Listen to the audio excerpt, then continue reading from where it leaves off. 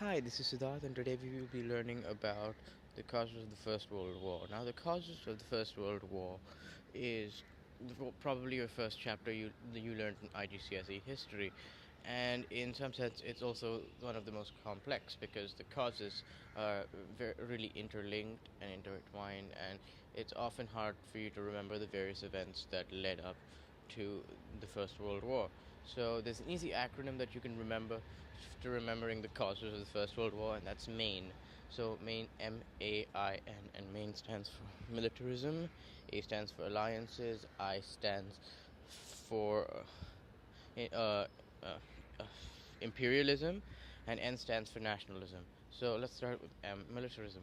Militarism is basically the build-up of one's military and armed forces, and the devotion of like the people towards the armed forces. So militarism was really big for the European powers during the late 19th century and early 20th century.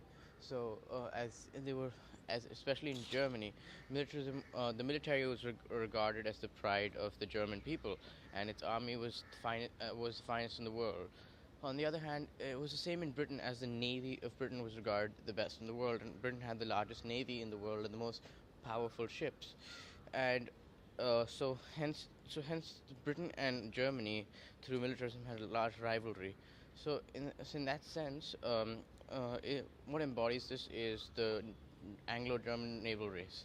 So in 1906, the British first released the HMS Dreadnought, which was a battleship. Then, as soon as the Dreadnought was released, it made every other battleship obsolete, and thus the Germans, who vied for control in a large empire, also needed to build a large navy.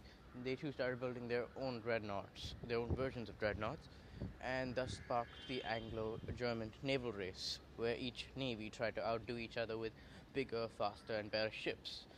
Also, France had a was also in an arms race with Germany, as France and Germany had before fought the Franco-Prussian War, in which France had lost a considerable amount of territory, especially the provinces of Alsace and Lorraine. So France too was building up its army to try and deter Germany from ever attacking it again. Now, moving on to alliances. Now, the alliances are probably one of the more crucial factors which made World War One a global war, because the alliances brought in together many countries, which had to, according to the alliance, move into war in case another person of the alliance was attacked, another member of the alliance was attacked. So there were two alliances during during the World War One. One was the Triple Entente, and the other one was the Triple Alliance. Now, the Triple Alliance consisted of Germany, Italy, and uh, Austria, whereas the Triple Entente consisted of Britain, France, and Russia. So, Russian Empire, not Russia, not the Russian Federation. So, the Triple Alliance is more of a militaristic alliance. So, in that sense, that they were very militaristic. So, whereas the Triple Entente, on the other hand, were more of a defensive alliance, just to like counter the growing threat of German militarism. So, what these alliances, the main point of the system was that since all these countries in the in Europe had lots of colonies.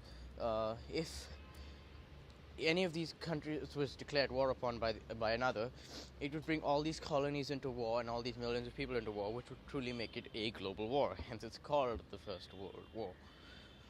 Then let's move on to imperialism. Now, imperialism is the term which is used for which when countries try to create more colonies and overseas protectorates and etc.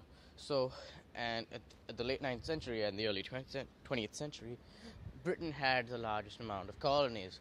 It covered and these colonies consisted of one fourth of the world's population at the time, and it was known as the empire that the sun never sets, because Britain had colonies in every time zone, almost every time zone, in in both hemispheres. So it was literally the empire that the sun would never set in, and thus and thus this links to militarism, that since Britain had such a large amount of colonies, it had to have a really large navy to maintain and protect them. Now, Germany, on the other hand, did not have a large amount of colonies. Germany entered the scramble of Africa, and the colonial race, which is pretty late. Now, the scramble of Africa is was a colonial race between the European powers to try and grab as much of Africa as possible. Now, Germany entered this really, really late, so it ended up with not so many colonies and very weak colonies without not a lot of resources. So, hence, Germany wanted more of these. Germany wanted more colonies, so hence it too had to build up its navy, which thus leads to militarism and the Anglo-German naval race. So, moreover, even Austria had imperial tendencies, but unlike Germany and Britain, which was mostly outside the European peninsula, the Austro-Hungarian Empire mostly was imperialist, was tried to get colonies and power in the European continent itself, especially the Balkan Peninsula. So, the Balkan Peninsula, where Russia too vied for control. So that brought conflict between Austria-Hungary as well as Russia, two countries that were in opposing pacts. Now let's move on to nationalism. Nationalism is basically to have pride in your nation and have devotion to your people. So nationalism really grew big around the early 20th century, especially in the Balkan Peninsula.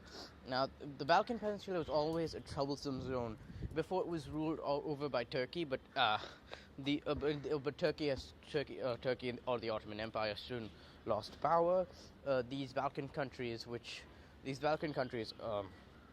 liberated themselves and formed their own stable countries. But these countries weren't exactly stable. They all had frequent regime changes, and they frequently fought each other on border wars. So it was pretty much really intense and unstable. The Balkans was pretty much an intense and unstable region over there. So that's how. But these communities, which were made of various ethnicities in the Balkan regions, were very proud of their heritage.